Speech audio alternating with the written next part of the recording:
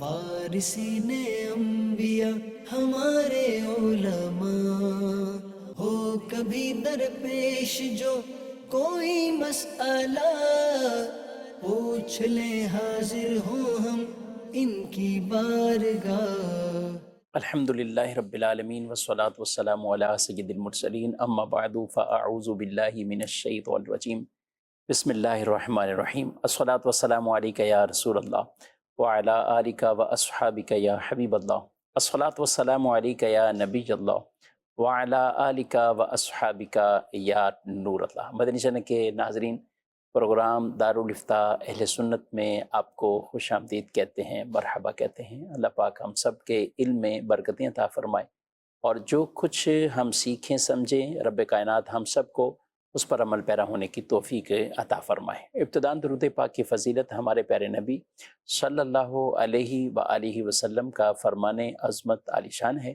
زینوا مجالسکم بالصلاۃ علیہ فإن صلاتکم علیہ نور لکم یوم القیامہ۔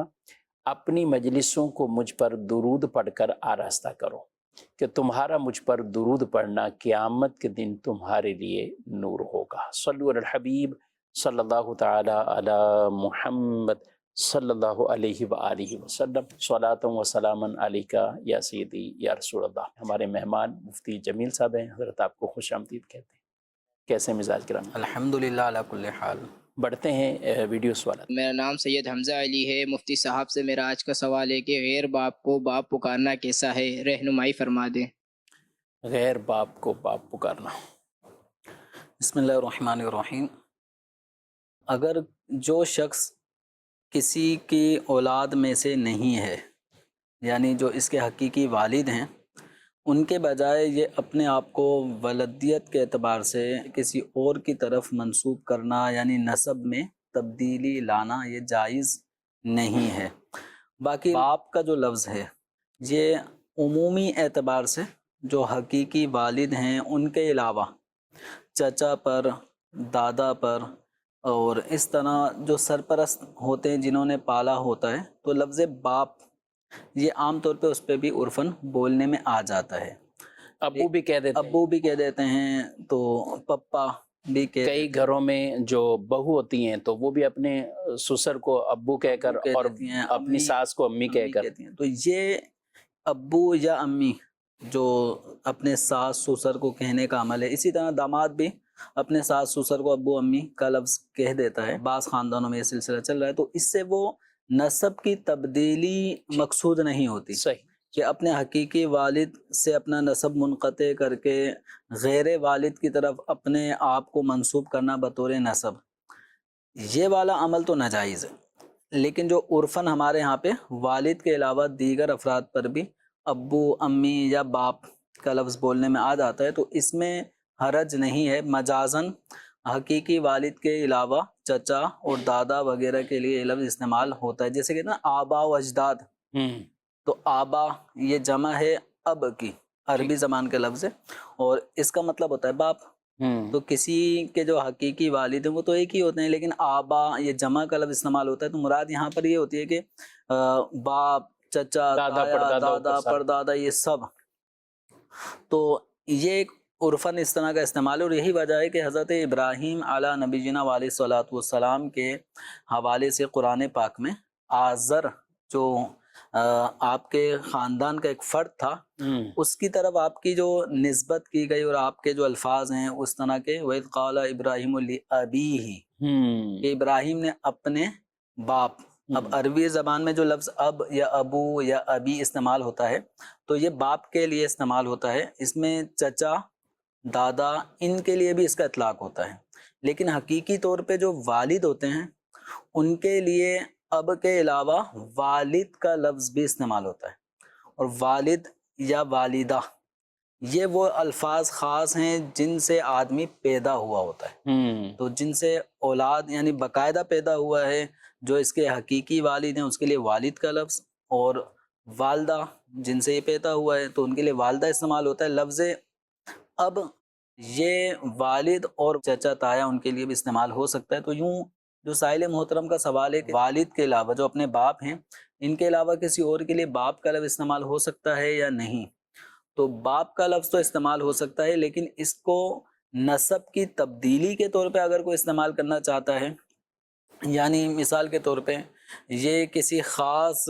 قبیلے سے اس کا تعلق ہے خاندانی نسب کے اعتبار سے، لیکن یہ اپنے خاندان قبیلے سے اپنے نسب کو منقطع کر کے دوسرے کسی خاندان سے اپنے آپ کو بطور نسب جوڑتے ہوئے اپنے نسب کسی اور خاندان کی طرف منسوب کر کے اپنے آپ کو پھر کسی کو باپ کہتا ہے، تو پھر یہ ناجائز اور گناہ کا عمل ہے۔ قرآن پاک میں اس سے سختی کے ساتھ منع فرمایا، ادعوہم لآبائہم، کہ ان لے پالک بچوں کو ان کے باپوں کے نام سے پکارو۔ ٹھیک، یعنی وہ گود لینے والے یہ ایسے تمام ہیں تو وہ ان کے اصل والد کی طرف ہی اسے منسوب ہے۔ بچوں کی جب بھی ولدیت پوچھی جائے گی کہ یہ بچہ کس کی اولاد میں سے ہے، اس کا نسب کیا ہے، یا لکھنے میں بھی جہاں بطور والد آتا ہے، جہاں بطور ولدیت بطور نسب جب پوچھا جا رہا ہوتا ہے تو اصل والد ہی کا نام ہونا چاہیے، اگرچہ پرورش کرنے والے وہ بھائی ہوں، یعنی چچا نے پرورش کی ہو یا تایا نے پرورش کی یا ماموں یا خالو پھپھا، یہ اگر پرورش کر رہے تب بھی ولدیت کے کالم میں بچے کے اصل والد ہی کا نام لکھا جائے گا، اگرچہ والد زندہ ہوں یا والد کا انتقال ہو چکا ہو۔ صحیح۔ سرپرست وغیرہ کے کالم میں سرپرست بطور سرپرست یہ لکھ سکتے ہیں؟ ہاں، سرپرست کے کالم میں وہ آدمی کہ جو بچے کو ایڈوپٹ کر کے اس کی پرورش کر رہا ہے، تو اب وہ چاہے چچا تایا ہوں یا کوئی اجنبی آدمی ہو تو وہ سرپرست کے کالم میں اپنے نام کو لکھ سکتا ہے۔ ٹھیک ہے۔ اور یہ ناظرین کرام ہم مستقل یہ مسائل ہوتے ہیں، احکام ہوتے ہیں، بعض کا جمیل صاحب آپ نے بھی شاید دیکھا یا کسی نے مسئلہ تو ضرور پوچھا ہوگا، جب شادی وغیرہ کے معاملات ہوتے ہیں نا تو اس وقت صرف آگے پوچھتے ہیں کہ نکاح میں کس والد کا نام لیا جائے، جاب و قبول میں کس کا لکھیں، بولیں، نکاح کے فارم میں کس کا نام لکھا جائے۔ اچھا، جب ان سے پوچھا جاتا ہے کہ پہلے کیا چل رہا تھا، نہیں وہ تو اسکول ایڈمیشن ہے یا دیگر سب ہیں، وہ تو ڈاکومنٹس بنے ہوئے ہیں، تو وہ تو پہلے ہی سرپرست کو بطور والد شو کیا ہوا ہے اور بطور والد ہی ان کے نام سے کاغذات بنے ہوئے ہیں، لیکن نکاح کے وقت اس مسئلے کو پوچھنے میں آیا کبھی آپ کے پوچھنے میں؟ تو کوئی زبانی پوچھنے آ جاتا ہے، کوئی تحریری طور پہ فتویٰ لینے آتا ہے اس حوالے سے، تو یہ یعنی موسمی فتاوی میں سے ایک موسم یہ بھی ہے کہ جب شادیوں کا سلسلہ زیادہ بڑھتا ہے تو کچھ نہ کچھ اس طرح کے کیس بھی سامنے آتے ہیں کہ کہیں لڑکے جو دولہا ہے وہ کسی کے ہاں ایڈوپٹڈ ہوتا ہے، کہیں لڑکی کسی کے ہاں لے پالک کے طور پہ ہوتی ہے، تو اب وہ شادی ہونے سے پہلے جو کچھ چیزیں واضح کرنی پڑتی ہیں لوگوں کو کہ ان کے حقیقی والد یہ ہیں اور یہ میرے پاس بطور پرورش پائی ہے بچی نے یا بچے نے، لڑکے نے۔ تو اب نکاح کا جہاں تک معاملہ آئے گا تو نکاح کے حوالے سے بعض اوقات لوگ سمجھتے ہیں کہ اگر یہ اصل والد کا نام نہ لیا گیا ہو یا ڈاکومنٹس میں اصل والد کا نام نہ لکھا گیا ہو تو اس سے نکاح ہی نہ ہوگا، تو یعنی اس شبے کو لے کر لوگ زیادہ پریشان ہو کر پھر دارالافتاء کی رجوع کرتے ہیں، یہ پوچھنے نہیں آتے کہ یہ ولدیت میں تبدیلی کرنا کیسا ہے، ہاں یہ عمل کیسا ہے اور اس سے پہلے ہم یہ کر چکے ہیں اتنا، یہ جائز تھا یا ناجائز تھا یہ پوچھنے نہیں آتے، صرف یہ ٹینشن ہوتی ہے کہ نکاح ہوگا یا نہیں۔ تو اس معاملے میں حکم شرع یہی ہے، جیسے مثال کے طور پہ لڑکا اگر چچا کی ہاں پرورش پاتا ہے اور چچا کا نام ہی اس کے تمام تر ڈاکومنٹس میں بطور والد لکھا ہوا ہے، یہ ناجائز عمل ہے، لیکن اب قاضی صاحب عام طور پہ دولہے کے برابر یا آمنے سامنے قریب بیٹھے ہوتے ہیں اور لڑکی کی طرف سے جب انہیں نکاح پڑھانے کی اجازت مل جاتی ہے تو اس اجازت کے بعد اب وہ لڑکے سے مخاطب ہو کر لڑکی کا نکاح کا ایجاب کرتے ہیں، اور لڑکا قبول ہے یا میں نے قبول کیا اس طرح کے الفاظ کہہ کے وہ ایجاب قبول ہو جاتا ہے گواہوں کی موجودگی میں، تو اس طرح نکاح میں کوئی حرج نہیں ہے۔ اب اگرچہ ڈاکومنٹس میں اصل والد کے بجائے چچا تایا کا نام لکھا جا رہا ہے، وہ ایک الگ ایک ناجائز کام ہے، لیکن نکاح پہ کوئی اثر نہیں پڑا کیونکہ لڑکا قاضی صاحب کے نکاح پڑھانے والے کے سامنے ہی موجود ہے، تو سب کو پتہ ہے کہ فلاں لڑکی کا اس لڑکے سے نکاح ہو رہا ہے، جو یعنی لوگوں میں معروف ہے۔ اسی طرح اب جو لڑکی ہے وہ اگر کسی کی لے پالک ہے، کسی سے لے کر اس نے پرورش کی ہے، اب اس کی شادی کا مرحلہ آ رہا ہے تو لڑکے والوں کو بھی پتہ ہے، اور عام طور پہ شادی ہونے سے کچھ مہینوں پہلے ہی پتہ چل جاتا ہے بھائی فلاں لڑکے کا فلاں لڑکی سے نکاح ہو رہا ہے، رشتہ لینے دینے جا رہے ہوتے ہیں، بڑی لڑکی ہے چھوٹی لڑکی ہے، یہ سب چیزیں ان کو پتہ ہوتی ہے، پھر کامن نام جو لڑکی کا ہے اس سے بھی پتہ چل جاتا ہے کہ اس لڑکی سے اس لڑکے کا نکاح ہو رہا ہے۔ اب قاضی صاحب کو جب لڑکی کی طرف سے اجازت مل جاتی ہے کہ فلاں لڑکی کا فلاں لڑکے سے نکاح کرنا ہے، آپ کو اس سے نکاح کی اجازت دی، تو قاضی صاحب بھی لڑکی کا نام لے کر جو ایجاب کرتے ہیں، تو اس وقت مجلس والوں کو، جو اس وقت لوگ موجود ہوتے ہیں نکاح کے موقع پر، سب کو پتہ ہے کہ فلاں لڑکی کا اس لڑکے سے نکاح ہو رہا ہے۔ تو ایسا نہیں ہوتا کہ کوئی ابہام ہو، شبہات ہوں کہ پتہ نہیں یہ نام کس لڑکی کا ہے اور یہ لڑکی اس نام والی کون ہے۔ تو ایسے موقع پہ اگر لڑکی کے نام میں ولدیت کے ساتھ پرورش کرنے والے کا نام لے کر ایجاب کیا قاضی صاحب نے اور لڑکے نے قبول کیا، تو اس میں نکاح میں کوئی حرج نہیں ہے، کیونکہ جس نام کے ساتھ لڑکی کو چچا تایا جس نے بھی پالا تھا اس کی طرف بطور بیٹی اور ان کو بطور والد جو ذکر کیا، تو اس سے کوئی ابہام پیدا نہیں ہوتا، اس لیے نکاح تو ہو جاتا ہے، لیکن اتنا ضرور یاد رکھیں کہ نکاح کے ڈاکومنٹس ہوں، بلکہ برتھ سرٹیفکیٹ سے لے کے بے فام اور اس طرح جو اس وقت ہمارے ہر لڑکے لڑکی بچہ بچی اس کے جتنے بھی ڈاکومنٹس ہو سکتے ہیں، ان تمام تر ڈاکومنٹس میں اصل والد ہی کا نام ہونا چاہیے، جو حکم شرع بھی ہے۔ ماشاءاللہ بہت ڈیٹیل سے اور تفصیل سے یہ مسئلہ بیان کیا گیا ہے اور اسی کے مطابق ہی ہمیں عمل کرنا چاہیے۔ جی مزید سوال۔ میں محمد بلال آزاد تاریخ فیصل آباد سے بول رہا ہوں۔ میرا مفتی صاحب کی بارگاہ میں عرض ہے کہ اگر 3 رکعت والی نماز ہو اور امام کے ساتھ تیسری رکعت میں شریک ہو تو بقایا 2 رکعتیں کیسے مکمل کریں، اور اگر 4 رکعتوں والی نماز ہو تو چوتھی رکعت میں اگر امام کے ساتھ شریک ہو تو بقایا رکعتیں 3 کیسے مکمل کریں، دعا عنایت فرما دیں۔ ماشاءاللہ دونوں میں یہ آخری رکعت میں ہی پہنچے ہیں، یا سوال جو کیا ہے انہوں نے، تو یہ بعض اوقات مغرب میں زیادہ شبہ ہوتا ہے کہ اگر آخری رکعت ملی ہے تو اس کے بعد ایک اور، تو پھر اتحیات میں بیٹھنا، پھر اس کے بعد تو گویا کہ ہر رکعت میں ہم اتحیات تینوں رکعتوں میں بیٹھنا ہی ہے، تو ایسا ہی ہے۔ اب اس میں دیکھیں، اب سمپل سا طریقہ ہے، نمازی کو اتنا غور کرنا چاہیے کہ میں تیسری رکعت میں آیا ہوں، تو تیسری رکعت میں آنے کی وجہ سے میری 2 رکعتیں پہلی اور دوسری چھٹ گئی ہیں، تو اب امام کے سلام پھیرنے کے بعد وہ پہلی اور دوسری رکعت مغرب میں جو چھٹی ہیں ان کو ادا کرنا ہوتا ہے۔ تو اس کا طریقہ کار یہی ہے کہ جب امام کے دونوں سلام پھیرنے کے بعد مقتدی مسبوق کھڑا ہو جائے، کھڑا ہونے کے بعد اب یہ سبحانک اللہم جو ثنا ہے وہ پڑھے، تعوذ تسمیہ پڑھے، سورہ فاتحہ پڑھے، پھر کوئی سورت ملائے۔ اب یہ اس کے بعد رکوع کرے گا، سجدے کرے گا، سجدہ کرنے کے بعد اس کو کھڑا نہیں ہونا۔ کیوں کھڑا نہیں ہونا؟ اس کی وجہ یہ ہے کہ 1 رکعت انہوں نے امام کے ساتھ پڑھ لی ہے، اب یہ پڑھ رہے ہیں دوسری رکعت، اور دوسری رکعت کے 2 سجدے بھی ہو گئے۔ جب 2 رکعتیں ہو جاتی ہیں تو پھر اتحیات میں بیٹھا جاتا ہے، تو اتحیات پڑھنے کے بعد پھر یہ کھڑے ہو جائیں۔ ابھی انہوں نے جو 1 رکعت پڑھی ہے امام کے بعد، یہ دراصل پہلی رکعت پڑھی ہے جو چھٹ گئی تھی، اور اس میں سورہ فاتحہ و سورت پڑھتے ہیں، تو اب یہ پڑھیں گے 1 رکعت اور جس میں سورہ فاتحہ پڑھیں گے، سورت بھی ملائیں گے، اور اس کے بعد رکوع سجود کر کے اتحیات میں بیٹھ کر جو طریقہ کار نماز مکمل کرنے کا وہ کریں گے۔ اب یہاں پر کیا ہے، 2 چیزوں کو ملحوظ رکھنا ہے۔ ایک تو یہ کہ قراءت کے اعتبار سے آپ اسی سیکوینس اور ترتیب سے چلیں گے جو پہلی رکعت میں جو پڑھا جاتا ہے، یعنی ثنا پڑھتے ہیں وہ پڑھیں گے، دوسری رکعت میں ثنا نہیں پڑھی جاتی تو نہیں پڑھیں گے۔ تو قراءت کے اعتبار سے ہم نے پہلی دوسری کی ترتیب کو ملحوظ رکھنا ہے، ٹھیک ہے۔ اور اتحیات میں بیٹھنے نہ بیٹھنے کے اعتبار سے ہمیں تعداد رکعات کو ملحوظ رکھنا ہے۔ یعنی کل کتنی ہو چکی؟ بس 2 رکعت ہوں گی، بیٹھنا ہوگا، یعنی ایک امام کے ساتھ ہوئی اور ایک اپنی خود پڑھی، تو اب ظاہر ہے 2 ہو گئی، تو 2 کے بعد تو بیٹھنا 2 کے بعد اتحیات میں بیٹھنا ہے۔ اب یہ معاملہ آئے گا 4 رکعت والی کے اندر، تو اس میں بھی یہی کریں گے کہ امام کے سلام پھیرنے کے بعد اگر کوئی آخری رکعت میں آیا 4 رکعت والی نماز میں، تو امام کے سلام پھیرنے کے بعد وہ 1 رکعت پڑھے اور اس کے بعد بیٹھ جائے۔ بیٹھنا اس لیے ہے کیونکہ 1 رکعت امام کے ساتھ پائی اور ایک خود پڑھ لی، تو یہ ہو گئی 2 رکعتیں، اور 2 رکعت پہ اتحیات میں بیٹھنے کا حکم ہے۔ اب یہ اتحیات پڑھنے کے بعد کھڑے ہو جائیں۔ ابھی 1 رکعت پڑھی ہے پہلی والی، اور اس میں قرات کی، سورہ فاتحہ اور سورت بھی ملائی، اب یہ کھڑے ہو کر ایک سورہ فاتحہ بھی پڑھیں گے اور سورت بھی ملائیں گے، کیونکہ قرات کے اعتبار سے یہ دوسری رکعت ادا کر رہے ہیں۔ صحیح۔ اب رکوع کریں گے، سجدے کریں گے، لیکن اب نہیں بیٹھیں گے۔ صحیح۔ پہلی 2 رکعتوں میں تو بیٹھنا ہوتا ہے، لیکن ابھی یہ نہیں بیٹھیں گے۔ کیوں؟ کیونکہ تعداد رکعت کے اعتبار سے ان کی یہ تیسری رکعت ہو گئی،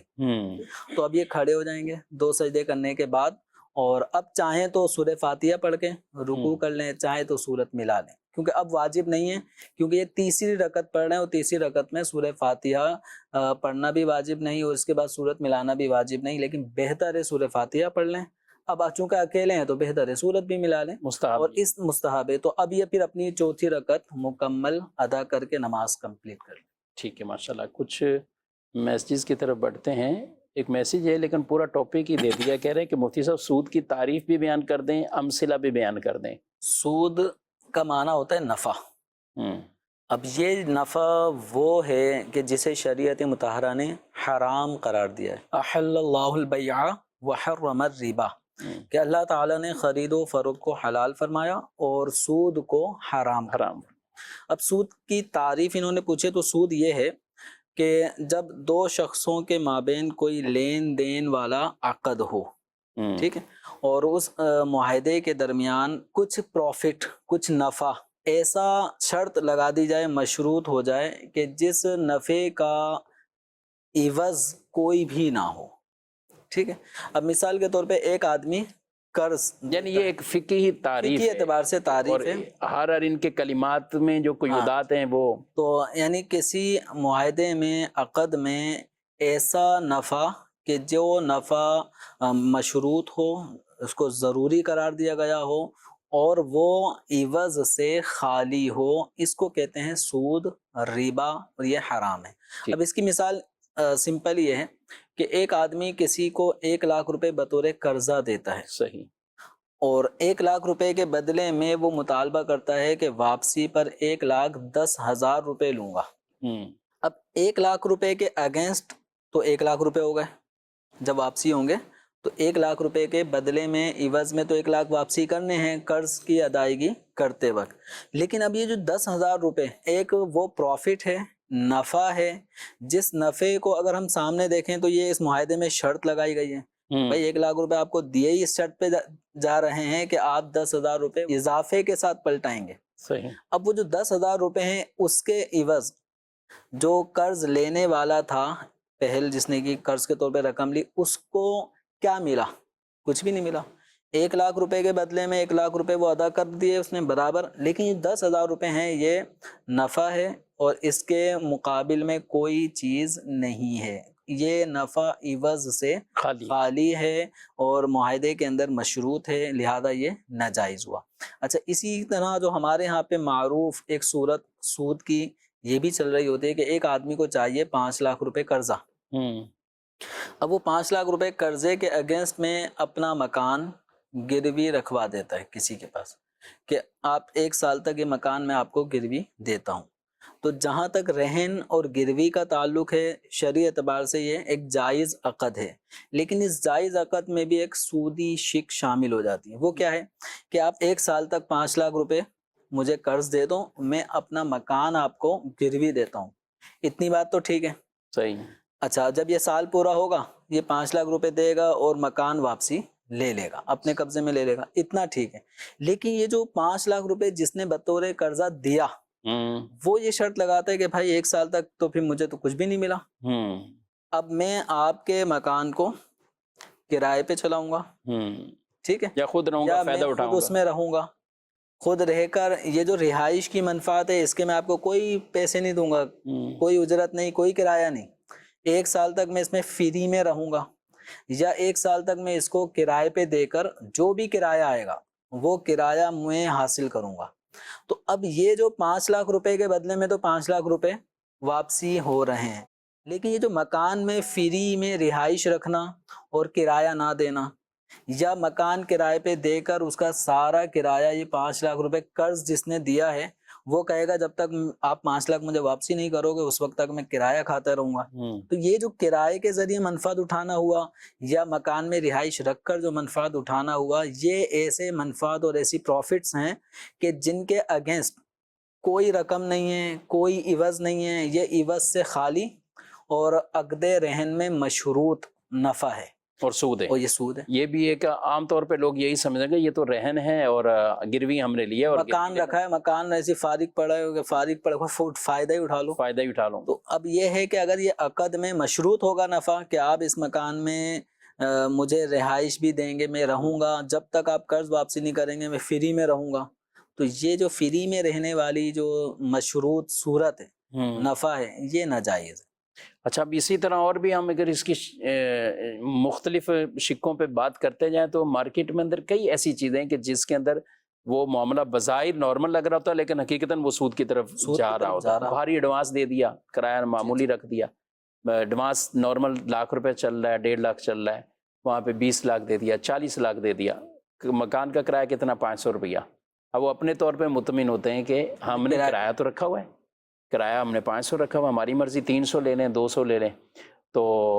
ظاہر ہے یہ بھی معاملہ اسی. دیکھیں ٹھیک ہے کہ ہم مالک ہیں، ہم اپنی دکان کرائے پہ دے رہے ہیں، بھلے ₹500 کرایہ لگا دیں، صحیح ہے، لیکن اگر یہ قرض نہ دیتا، تو یہ کیا ہوتا؟ 20 لاکھ روپے 25 لاکھ روپے ہمیں قرض نہ دیتا مالک مکان کو، تو کیا مالک مکان کسی کو 500,000 روپے پہ یہ دکان یا مکان کرائے پہ دیتا؟ ہرگز نہ دیتا. تو یہ جو 15-20 ہزار روپے سے ایک دم کرایہ 5,000 پہ 2,000 روپے پہ آ گیا، تو یہ جو کرایہ دار کو بینیفٹس مل رہے ہیں کس وجہ سے مل رہے ہیں؟ کیونکہ اس نے ہیوی ڈپوزٹ کیا ہے، کیش اچھا اس کا رقم بھاری بھرکم رقم ہمیں بطور قرض دی ہے. تو ایک قرض پہ مشروط نفع کی ایک صورت یہ بھی ہے، یہ بھی سوری صورت ہے. بظاہر اس کے اندر کوئی نفع نظر نہیں آ رہا، لیکن ایک بینیفٹ ہے، آپ نے کرایہ کم کر دیا. حالانکہ اگر یہ قرض نہ دیتا تو نارمل جو ایڈوانس چل رہا ہے وہی دیتا، تو پھر آپ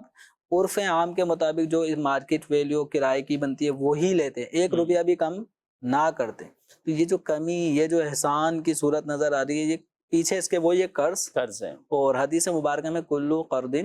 جرا منفعتا فہو ربا، کہ ہر وہ قرض جس کے ساتھ ساتھ نفع بھی کھنچتا آ رہا ہو تو وہ نفع سود ہوتا ہے، اور ایسا قرض سودی قرض ہوتا ہے. جو اس طرح کے معاملات ہیں ہمیں ضرور اس کے حوالے سے علماء کرام، مفتیان کرام سے رہنمائی لینی چاہیے. دارالفتہ اہل سنت سے آپ براہ راست بھی صبح دن میں 10 بجے سے لے کر 4 بجے اس دوران آپ ٹیلی فون پر باقاعدہ دارالفتہ اہل سنت کے نمبرز پر کال کر کے آپ اپنے مسائل پوچھ سکتے ہیں. اسی طرح آپ اگر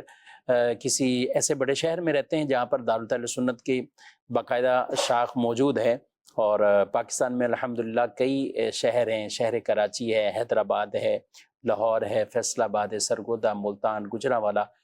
راولپنڈی، یہ وہ شہر ہیں کہ جن میں باقاعدہ دارالفتہ اہل سنت کی شاخیں موجود ہیں. آپ وہاں جا کر براہ راست بھی علماء کرام، مفتیان کرام سے اپنے مسائل وہ ڈسکس کر سکتے ہیں. ضروری نہیں کہ ہر معاملہ کوئی ناجائز کی طرف ہی جا رہا ہو، بعض اوقات کسی معاملے میں کچھ تھوڑی سی تبدیلی یا ترمیم سے وہ معاملہ جائز کی طرف بھی چلا جاتا ہے، لیکن علم نہ ہونے کی وجہ سے ہم اسی میں ہی ناجائز والی صورت اختیار کر رہے ہوتے ہیں. جمیل صاحب، مجھے وہ روایت یاد آ رہی، رسول اللہ صلی اللہ علیہ وسلم نے جو خیبر کی کھجوروں سے متعلق آپ نے پوچھا کہ ساری کھجوریں ایسی ہوتی ہیں، تو عرض کی گئی نہیں یا رسول اللہ صلی اللہ علیہ وسلم، ہم جو ہلکی کوالٹی کی کھجوریں ہیں وہ 4 کلو یعنی 1 سا دیتے ہیں، تو اس کے بدلے میں ہمیں یہ نصف سا 2 کلو اچھی کوالٹی کی کھجوریں ملتی ہیں. اب کھجور ہیں، ایک ہی جنس سے، اور کوالٹی کے اندر گرچہ بظاہر یہ فرق ہے،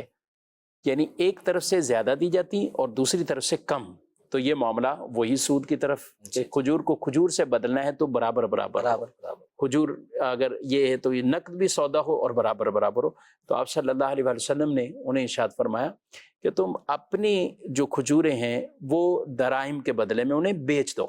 پھر وہ جو دراہم درہم پیسے حاصل ہو جائے اس کے ذریعے سے یہ کھجوریں خرید لو. بظاہر اس میں فرق وہ والا نہیں آیا. یعنی اس میں اگر ایک عام آدمی کہے جی، وہ تو کہے گا آپ نے اپنی 4 کلو کھجوریں دی، جی ہاں، اور 2 کلو اچھی والی لے لی، جی ہاں، اینڈ تو وہی ہوا. تو ڈائریکٹ ہی 4 کلو کھجوریں ادھر دیں، جی ہاں، ادھر سے 2 کلو عمدہ کھجوریں لے لیں. لیکن آپ صلی اللہ تعالی علیہ وسلم نے یہ ڈائریکٹ سودا کرنے سے منع فرمایا، اور 4 جو بھی 1 سا جو نارمل پرانی کھجوریں تھی وہ درہموں کے بدلے میں بیچو، جی ہاں، یعنی اس کا سودا الگ کرو. جی ہاں، وہ جو درہم ہیں ان درہموں کے بدلے میں عمدہ کھجوریں خرید، 2 کلو یہ خرید لو. بظاہر نتیجہ وہی ہے، جی ہاں، لیکن ایک یوں سمجھے کہ ضابطہ چینج ہو گیا، اور حلال طریقے سے دونوں کو جو نفع تھا وہ بھی حاصل ہو گیا. نفع جو مقصود ہے جی کہ ہاں، اس کو 4 کلو کھجوریں مثال کے تو وہ مل جائیں، 2 کلو اس کو اچھی والی مل جائے، مقصود وہی ہے، وہی ہے. لیکن طریقہ کار کی تبدیلی سے ایک چیز ناجائز سے جواز کی طرف آ گئی. ماشاءاللہ. جی مزید سوالات. میرا نام محمد دلاور خان اتاری ہے. میرا مفتی صاحب سے یہ سوال ہے کہ مرے ہوئے کا عقیقہ کرنا کیسا؟ فوت شدگان کا عقیقہ. جو عقیقہ ہے یہ ایک شکرانہ نعمت ہے، اور یعنی اللہ تبارک و تعالی نے بیٹا بیٹی کی صورت میں جو بھی نعمت انسان کو عطا فرمائی، اس پہ آدمی اللہ تعالیٰ کا شکر ادا کرتے ہوئے عقیقہ کرتا ہے. تو عقیقے کے لیے جس کی طرف سے عقیقہ کیا جا رہا ہے، یعنی وہ بچہ یا بچی، تو اس کا زندہ ہونا یہ ضروری ہے. اگر انتقال ہو چکا ہے تو اب فوت شدہ بچے یا بچی کا عقیقہ نہیں ہو سکتا. باقی اگر کوئی اپنے فوت شدگان کی طرف سے بطور صدقہ کوئی جانور ذبح کر کے اس کا گوشت مسلمانوں کو کھلا کر، کھانا پکا کر کھلا کر اگر وہ صدقہ کرتا ہے تو وہ ایصال ثواب کی ایک صورت، وہ تو ٹھیک ہے. لیکن جس کو آپ عقیقہ کہتے ہیں، وہ اس کے لیے جس کی طرف سے عقیقہ ہو رہا ہے اس کا زندہ ہونا یہ ضروری ہے. سوال یہ ہے کہ دلہن کی گود میں بچوں کو بعض اوقات بٹھایا جاتا ہے، تو کیسا ہے؟ آپ کے یہاں بھی ہوتی یا سنی یہ رسم آپ نے؟ یہ کئی جگہوں پہ جیسے بیاہ ہوا اور دلہن رخصت ہو کر آئی ہیں تو اپنے سسرال کے گھر میں، تو ان کی گود میں اب گود میں کوئی بیٹا بٹھایا جاتا ہے جو کہ لڑکے والوں سے ہی تعلق رکھتا ہے، انہی کا بھتیجا ہو یا کوئی اور چھوٹی عمر چھوٹا بہت چھوٹی بچہ ہو، جی ہاں بالکل، دودھ پیتا بچہ بٹھا دیا. دودھ پیتا ہو یا نارمل بچہ ہو جیسے 2 سال 3 سال کا، اس طرح کا گود میں بٹھا دیا. اب دلہن صاحبہ کو اپنی جیب سے یا اپنی جو کچھ بھی ملا ہوتا ہے پرس وغیرہ، تو اس میں سے کچھ بچے کو، اس بچے کی بھی گود میں رکھنا ہوگا، اور وہ یوں ایک بطور رسم یہ کیا جاتا ہے. اب بظاہر دیکھیں تو شرعی اعتبار سے تو اس رسم میں کوئی ایسی قباحت نظر نہیں آ رہی، کیونکہ جو بچہ گود میں دیا جا رہا ہے وہ چھوٹا ہے، نو مولود ہے. اچھا، اب اگر دلہن ہے وہ اپنے پرس سے، اپنی ذاتی رقم سے 500,000 روپے وہ اگر بچے کو دیتی ہے تو اس کا اپنا مال ہے، بچے کو دینا اس کے لیے بھی جائز ہے. تو اب یہ جو رسم ہے، ممکن ہے کوئی نیک فالی، کوئی اولاد کے طور پہ بھی اس کو لیا کوئی جاتا فال لینا مقصود ہو کہ اب ہمارے گھر میں یہ نئی خاتون آئی ہیں ہے. تو اللہ تعالیٰ ان کی گود ہری کرے، ٹھیک. اولاد کی نعمت عطا فرمائے. تو یوں بچے کو اگر بھتیجے، شوہر کا بھتیجا، بھانجا، اس کو اگر بالکل چھوٹے بچے کو اس دلہن کی گود میں رکھنے کا مقصد اور نیک فالی اگر ہے، تو نیک فالی، حسن شگون یہ اسلام میں جائز ہے، بد شگونی ناجائز ہے. ٹھیک. لیکن اس رسم کو کرتے وقت ان چیزوں کا خیال رکھنا ہے کہ بے پردگی نہ ہو، بالکل جو مرد عورت، اجنبی مرد و عورت، ان کا کی گیدرنگ ہوتی ہے یہ نہ ہو، بد نگاہی کی صورتیں نہ ہوں، ہنسی مذاق وغیرہ اس موقع پہ جو غیر شرعی اعتبار سے ہوتا ہے یہ نہ ہو. ان چیزوں کا خیال رکھیں. اور اس رسم کے ادا کرنے میں ایسا بھی نہ ہو کہ عورت مجبور ہو کر جو بھی اس کو نکالنا ہے رقم، وہ مجبور ہو کر نکال رہی ہو. ایسا بھی بعد میں اس میں کوئی تان و تشنی والے معاملات اور کم رقم ہے یا دیگر معاملات تو ہیں. یہ 1,000 روپے ڈالیں، اس کو کم سے کم 5,000 روپے دینے چاہیے تھے، یوں. تو ایسے تان و تشنی بھی اس رسم کے پیچھے کسی قسم کی تان و تشنی بھی نہ ہو. ٹھیک ہے. مزید سوال. مفتی صاحب سے دارالفتہ اہل سنت کے پروگرام میں سوال یہ ہے کہ عدت کے دوران اگر گھر کے اندر ہی کوئی عورت شاپ چلا سکتی ہے، یعنی گھر کے اندر ہی جیسے چیزوں کی دکان ہوتی ہے اور دیگر اشیاء کی دکان ہوتی ہے، تو کیا اس کو اجازت اس طرح؟ عدت میں ایک عورت کے لیے جو ممنوع کام ہیں، ان کاموں میں سے یہ نہیں ہے کہ وہ کسی قسم کی تجارت یا کام ہی نہیں کر کاروباری کوئی بھی معاملہ نہیں کرے، بس بیٹھی رہے. تو ایسا نہیں ہے. یہ 4 دیواری میں رہ کر اور پردے کی جو مکمل رعایت ہے وہ عدت کے بعد بھی رہے گی. تو 4 دیواری میں رہتے ہوئے یہ گھر میں سلائی کڑھائی وغیرہ کا کام کر سکتی ہے. اور اگر بعض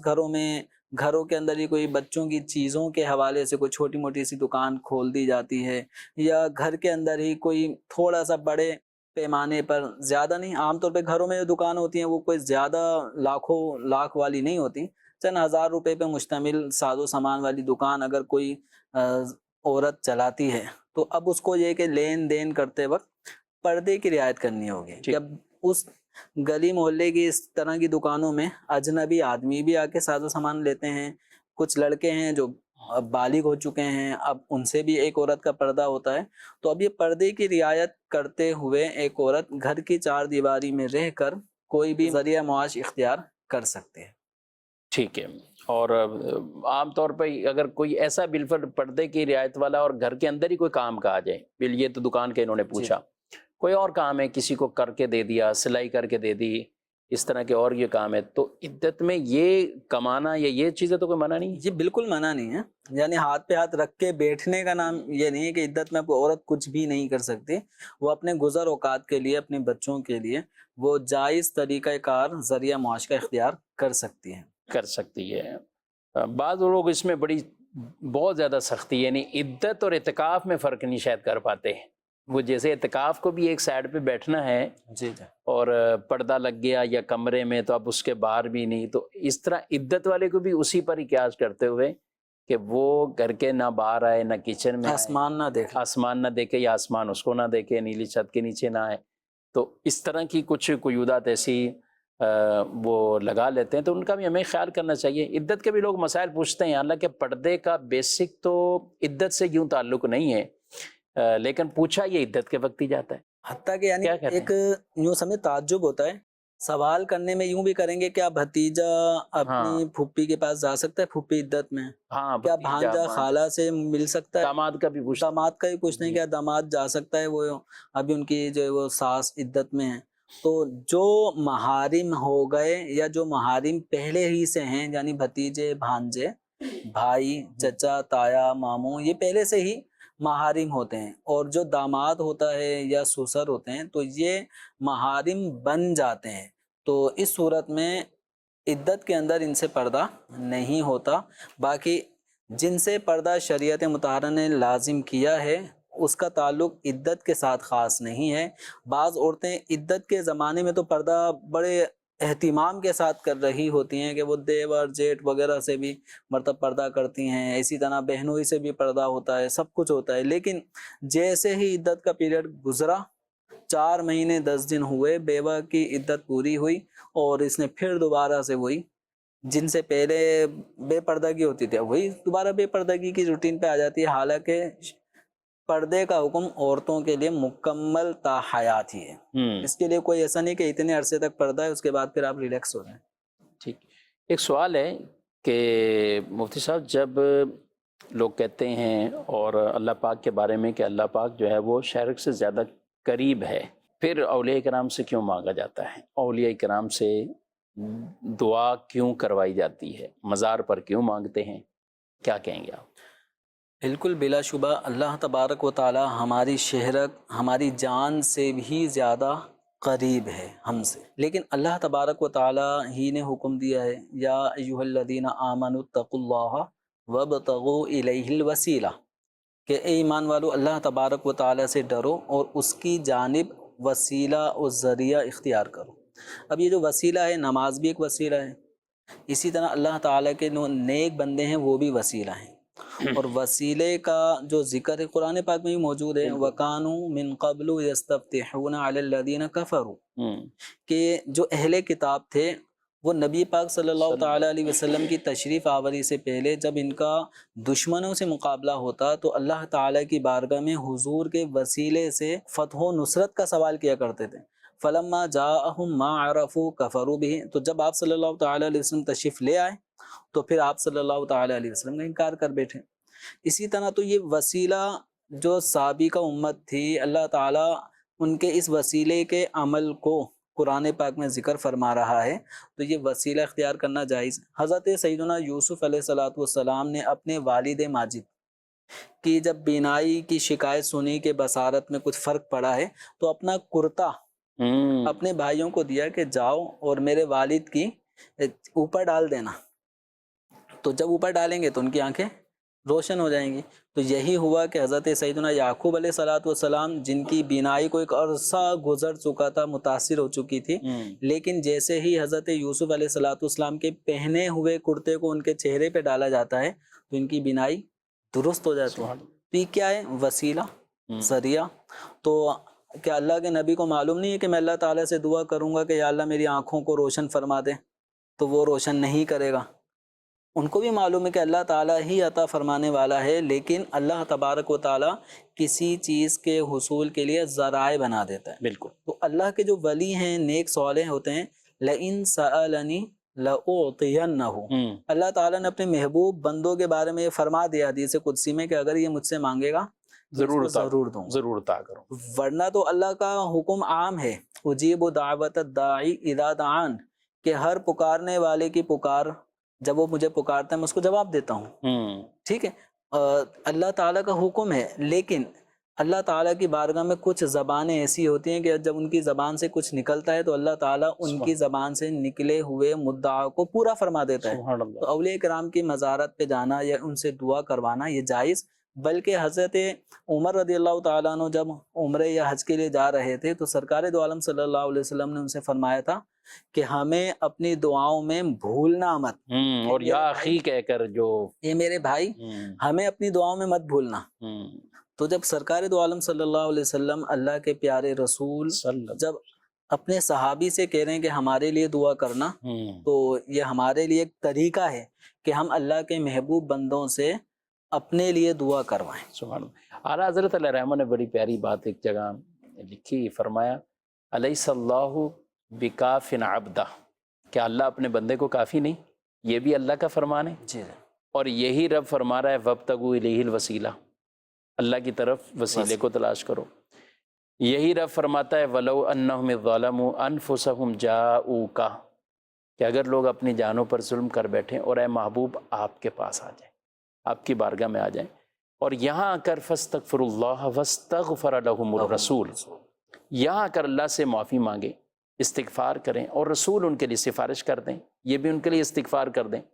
لَوَجَدُوا اللَّهَ تَوَّابًا رَحِيمًا، تو اللہ کو ضرور توبہ قبول کرنے والا اور رحم کرنے والا پائیں۔ اچھا، گناہ معاف اللہ نہیں فرمانے، بے شک، استغفار توبہ کو قبول اللہ نہیں کرنا ہے، لیکن فرمایا جب میرے محبوب کے در پہ آ جائیں، یعنی آؤ اس در پر آ جاؤ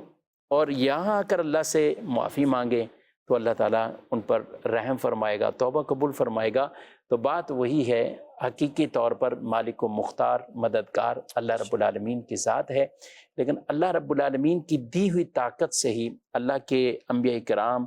پیارے رسول، نبی، اسی طریقے سے اولیاء صالحین کاملین، ہم اگر غزوہ بدر کا واقعہ جمیل صاحب پڑھتے ہیں قرآن پاک میں متعدد جگہوں پر ذکر ہوا، اللہ پاک نے مدد فرمائی مسلمانوں کی، لیکن مدد فرشتوں کے ذریعے، فرشتوں کے ذریعے۔ رب تعالیٰ تو قادر مطلق ہے، لیکن مدد کے لیے اتارا فرشتوں کو ہے، اور وہی فرمایا گیا پہلے 1000، پھر 3000، پھر 5000، ان فرشتوں کی مدد اتاری گئی غزوہ بدر میں۔ آج بچے بچے سے ہم پوچھتے ہیں